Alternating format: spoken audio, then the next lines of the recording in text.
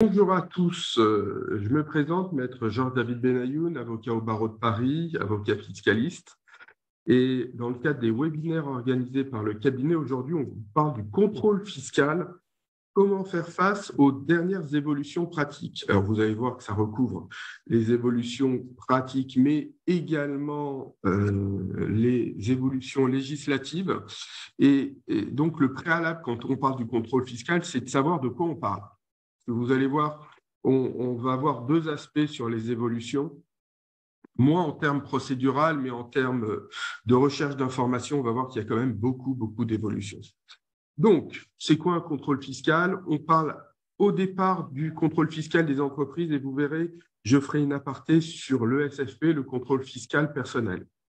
C'est l'ensemble des opérations de l'administration fiscale qui a pour objectif d'examiner la comptabilité d'un contribuable afin de contrôler les déclarations souscrites par ce dernier. Donc, ça veut dire que l'administration fiscale va aller regarder la comptabilité, les déclarations, le juridique, les contrats, tous les éléments de la vie de l'entreprise sur une période déterminée. Donc, on part du principe que chaque entreprise a une obligation déclarative. Donc, le contrôle fiscal, ça concerne le fait d'avoir une comptabilité commerciale, à l'IS, au BIC. Ça peut aussi concerner les agriculteurs ou les professions non commerciales. Ça vise toutes les entreprises, que ce soit des personnes physiques ou des personnes morales. Et puis, on a ce qu'on appelle, nous, le délai de reprise, et souvent le sujet qu'on nous parle, nos clients nous parlent de période de prescription. À l'IS, on est à la fin de la troisième année suivant celle au titre de laquelle l'imposition est due. Alors, on parle d'année civile, ce qui explique que lorsqu'on clôture un exercice en milieu d'année, on a souvent une possibilité d'être contrôlé sur une année en plus. Alors là, je parle vraiment de l'entreprise. Il faut savoir qu'on a aussi des contrôles fiscaux avec des délais de prescription et de reprise plus longs, notamment 5 ans, lorsque les activités ne sont pas déclarées. Alors, c'est quoi le premier acte pour bien comprendre de la vérification? C'est la réception d'un avis de vérification. Donc, vous allez recevoir ce document sous pli recommandé. J'ai jamais vu arriver par pli simple, hein, mais ça peut être une des raisons de vice de procédure. Et puis, on va vous laisser un temps donné. Alors là, par exemple, hier, j'ai eu un client m'a envoyé une proposition, une rectification, son contrôle commence dans 3 semaines. Pour vous faire assister du conseil de votre choix, alors, on va dire habituellement, c'est l'expert comptable. Nous, en qualité de fiscaliste, on assiste quand même beaucoup à ce type de procédure, puisqu'on a même une organisation, nous, un peu particulière, comme certains confrères, puisqu'on a une salle pour tenir les contrôles fiscaux. Parce qu'il faut bien comprendre qu'un contrôle fiscal, c'est la vérification de la comptabilité. Alors, par exemple, tout à l'heure, je dois signer une réponse qui part. La moitié des motifs sont liés à des erreurs liées à l'expert comptable.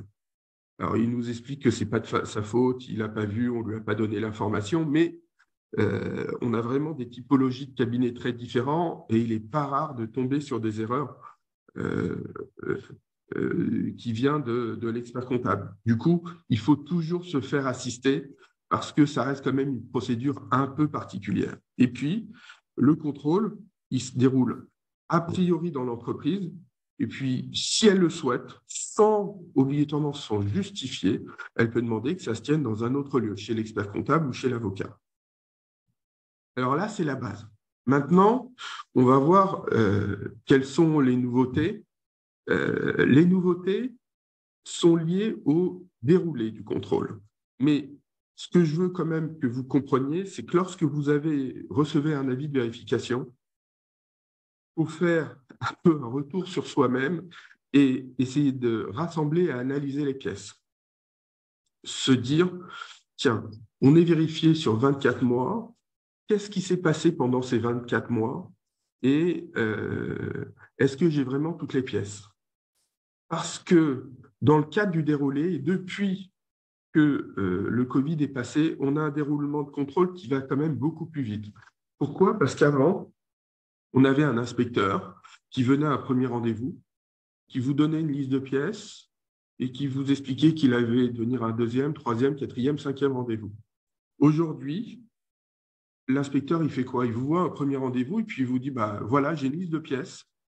Vous me les mettez sur le cloud de l'administration fiscale qui s'appelle Escale et je vais analyser, je reviens vers vous. Et puis il vous dit, il me faut tous les documents dans une semaine. Et au fur et à mesure, il va vous demander des pièces. Il va faire un ou deux rendez-vous parce qu'il doit quand même respecter le principe du débat oral et contradictoire. Donc, on part à présent dans le contrôle fiscal dans un engrenage plutôt rapide. Donc, on ne peut pas se permettre de subir le contrôle en se disant, j'attends qu'on me demande des pièces et puis je vais gagner 15 jours, 3 semaines, un mois. Non, ce ne sera pas possible. Alors, l'inspecteur a tout à fait conscience que dans la typologie actuelle d'une entreprise et selon sa taille, il y a des contraintes différentes. Je vous donne deux exemples sur des contrôles, nous, qu'on vit à l'heure actuelle, sur une société plutôt importante qui fait pas loin de 100 millions d'euros de chiffre d'affaires. On lui a expliqué qu'on était en bouclage des comptes parce que les comptes doivent sortir très tôt. Et donc, on n'était pas capable, avant la mi-février, de commencer à l'alimenter en documents. Mais à l'inverse, je prends un exemple du mois de juin dernier. J'ai un de mes clients dans l'événementiel et qui participait dans le cadre du Tour de France à différentes activités. C'est une partie importante de son chiffre d'affaires. On a expliqué, attendez, là, les clients sont quasiment absents. Ils n'ont pas la capacité. Donc, il faut toujours expliquer à l'inspecteur pourquoi on a besoin de temps. Et puis, il y a des éléments plutôt basiques qu'on doit être capable de donner, puis d'autres qui vont nécessiter des recherches et de l'analyse. Ça, c'est pour le déroulé du contrôle. Ça, c'est quand même extrêmement important de comprendre qu'on est dans un monde où tout va plus vite. Maintenant, les nouveautés viennent quand même des moyens mis là par l'administration pour vous retrouver. Et il faut savoir, je suis pas très, très étonné que l'administration, lorsqu'elle vient, elle trouve quand même généralement ce qu'elle vient chercher. C'est-à-dire qu'elle a des informations, elle a un problème de cohérence, et nous, on voit hein, lors du premier rendez-vous, lorsque je vois mes clients, alors au téléphone, lorsqu'ils me disent qu'ils ont reçu un avis de vérification, ils me disent souvent, il n'y a rien à dire, il ne se passe rien, puis je leur dis, on va se poser. Et puis, je vais vous poser des questions. Puis, on se rend compte qu'à la fin du rendez-vous, qui a duré 1 heure et demie, il y a quand même un certain nombre de sujets, pas obligatoirement qui constituent des motifs de redressement, mais des sujets qui peuvent avoir des incidences fiscales. Donc, sur lesquels il va falloir prendre une position et expliquer à l'administration fiscale. Donc, c'est très important à ce niveau-là. Sur les éléments, qu'est-ce qui se passe? En pratique, on disait avant, quand vous regardez toujours ce que disent souvent les journalistes sur des contrôles fiscaux, ils vous expliquent l'agriculteur est contrôlé tous les 70 ans, le chef d'entreprise tous les 50 ans, sauf qu'ils vous prennent ces statistiques sur une durée très très longue. Aujourd'hui, c'est plus du tout cela. Et d'ailleurs, moi, je me rends compte sur des clients qui n'ont pas d'activité particulièrement soumise ou à risque, que les contrôles interviennent plutôt on va dire, tous les 7-8 ans. Et quand un contrôle s'est mal passé, ils reviennent au bout de 3 ans, l'administration fiscale. Mais aujourd'hui, on a une utilisation de l'intelligence artificielle qui est extrêmement importante de la part de l'administration fiscale. C'est-à-dire qu'en 2021, je crois qu'on avait 41% des contrôles fiscaux qui venaient de l'intelligence artificielle. En 2022, on passe à 50% et l'objectif, c'est de monter. L'administration dispose de différents outils, différents logiciels sur lesquels elle communique peu, mais comme elle a l'obligation souvent de demander l'information et la validation auprès de la CNIL, on voit nous passer les différents éléments qu'elle a. Alors, je vous donne un exemple, même si ce n'est pas dans le cadre du contrôle fiscal société, c'est notamment ce qu'on appelle le foncier innovant. C'est les accords qu'elle a passés avec Google, qui fait des recherches automatiques, notamment sur les présences de piscines, sur les mesures de terrain, pour après aller contrôler et notifier le foncier. Ils l'avaient fait en test, ils le font maintenant au niveau de l'administration fiscale de manière globale.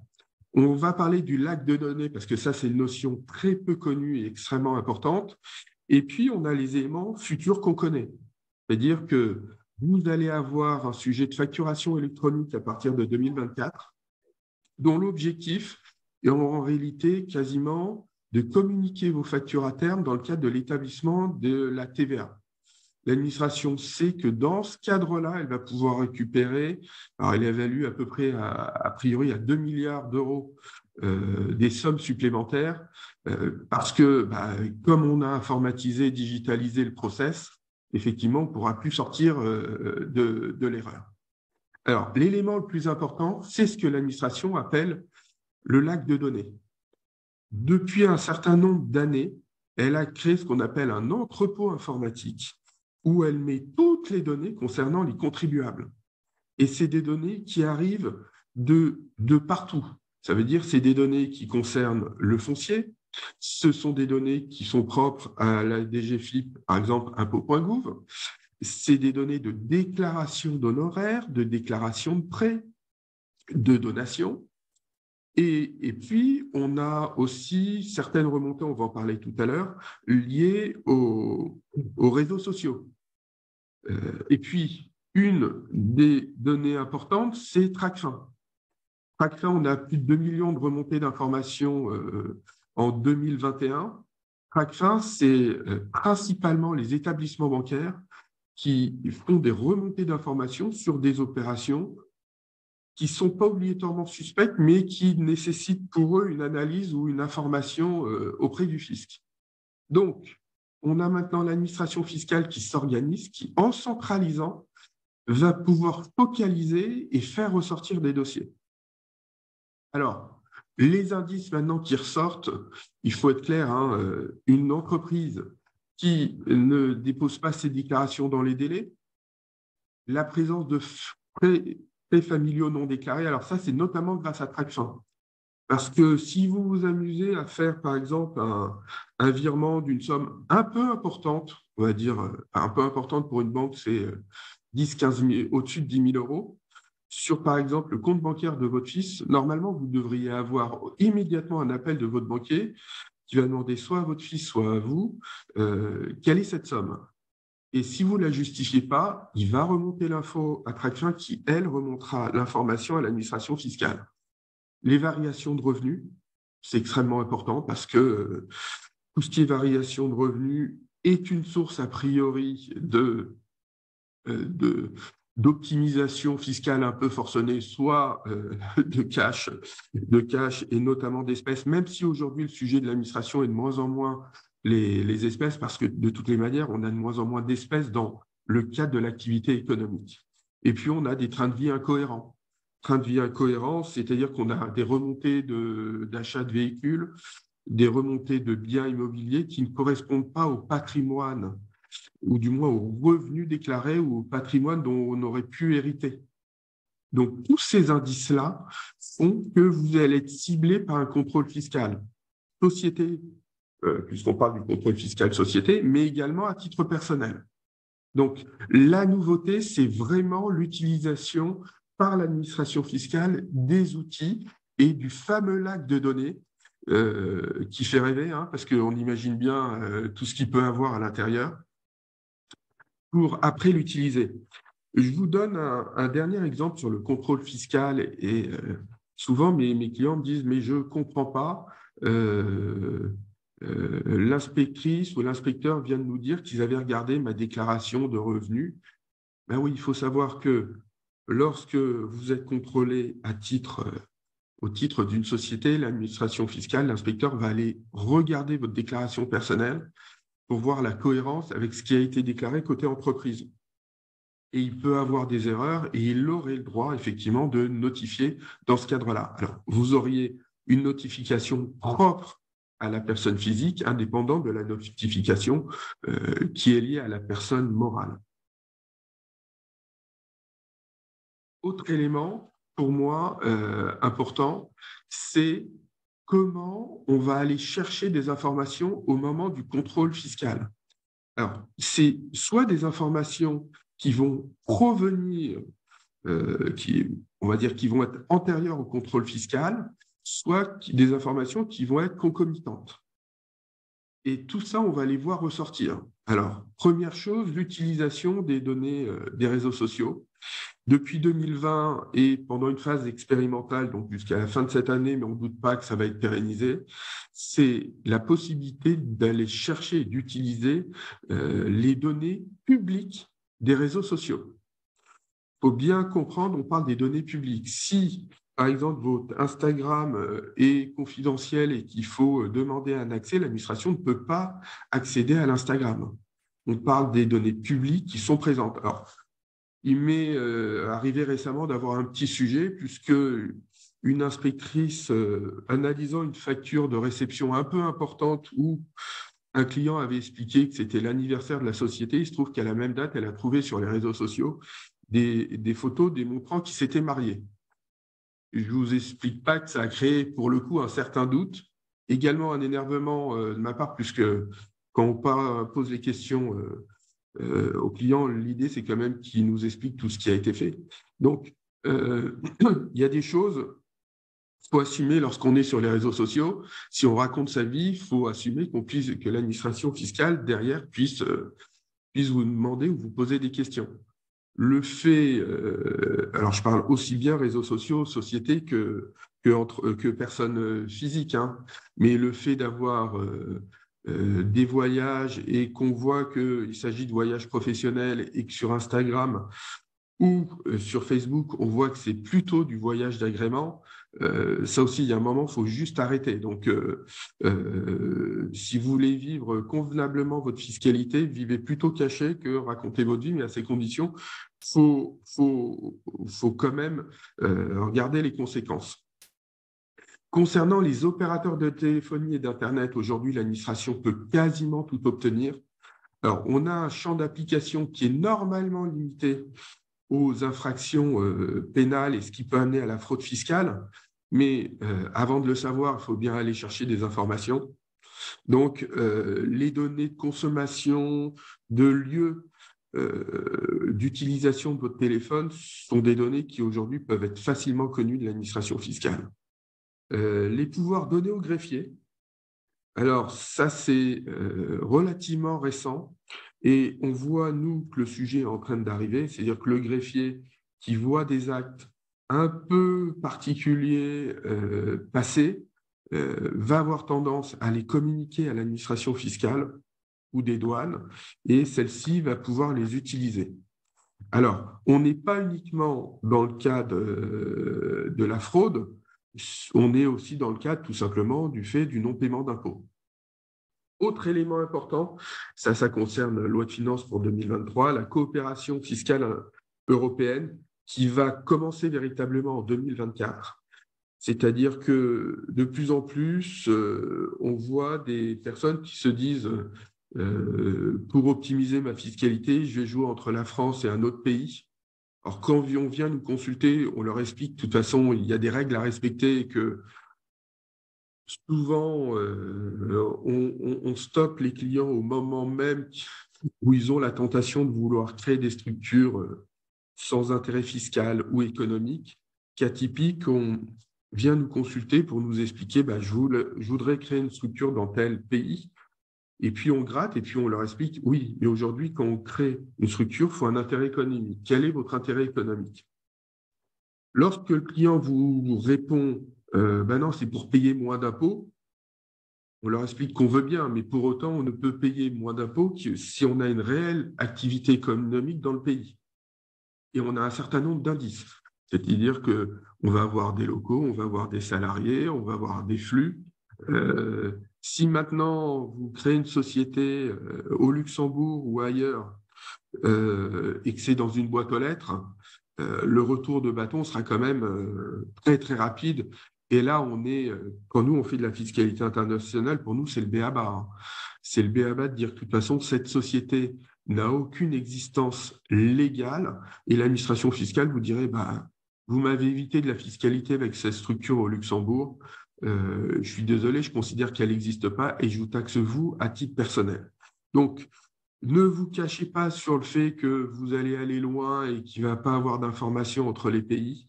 En Europe, Aujourd'hui, il y a une information totalement transparente et efficace. Et dans le monde, on va dire, rares sont les pays aujourd'hui qui ne communiquent plus.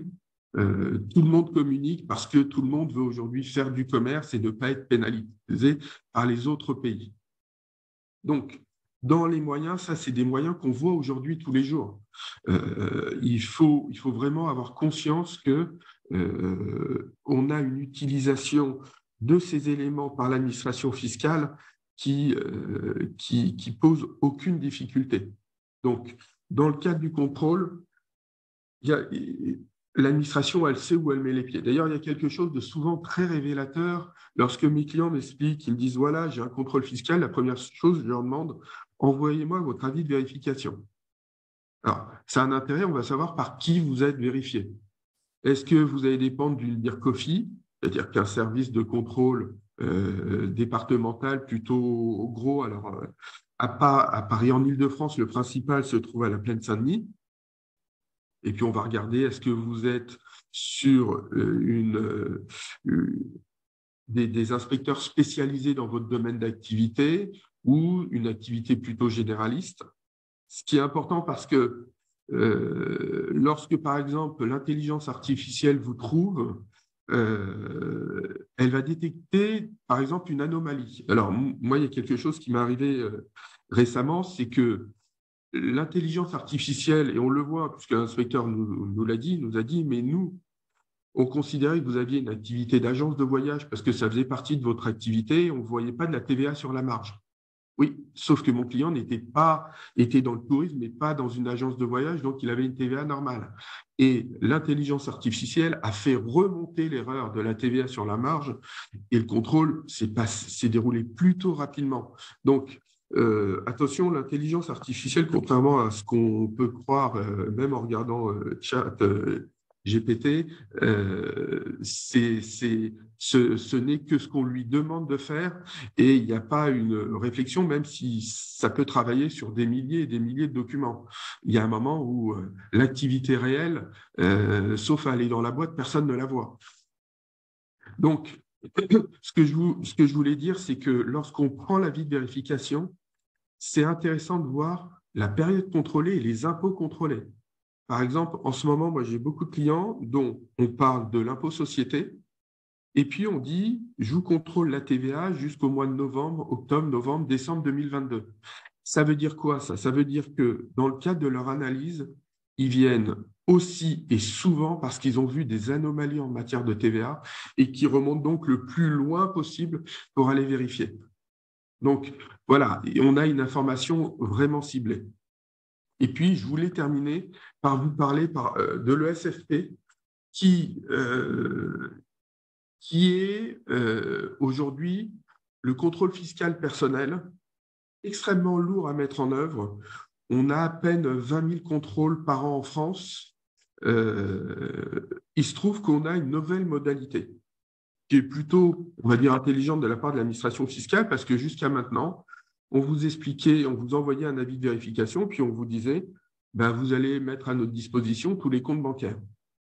Sauf que, en fonction de la prescription qui arrivait, en fonction de différents éléments, on pouvait ne pas mettre à disposition les comptes bancaires ou que les clients les aient pas, les demandent et perdent 2, 3, 4 mois.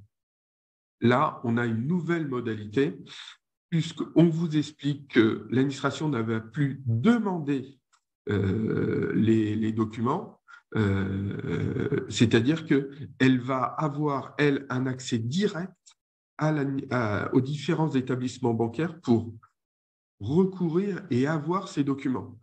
Donc, on n'est plus sur un contrôle où l'administration va attendre qu'on lui communique, elle va obtenir les documents et elle pourra, le cas échéant, les fournir au contribuable si jamais lui ne les a pas obtenus pour qu'il y ait un débat oral et contradictoire. Donc, on va aujourd'hui vers une optimisation. Autre élément, parce qu'on le voit dans la loi de finances 2023, on voit qu'il y a une simplification du recouvrement des contrôles fiscaux et des différentes taxes. Tout arrive à présent dans les mains de l'administration fiscale, alors qu'on a avéré des organismes ou des antennes de l'administration fiscale qui pouvaient être différentes.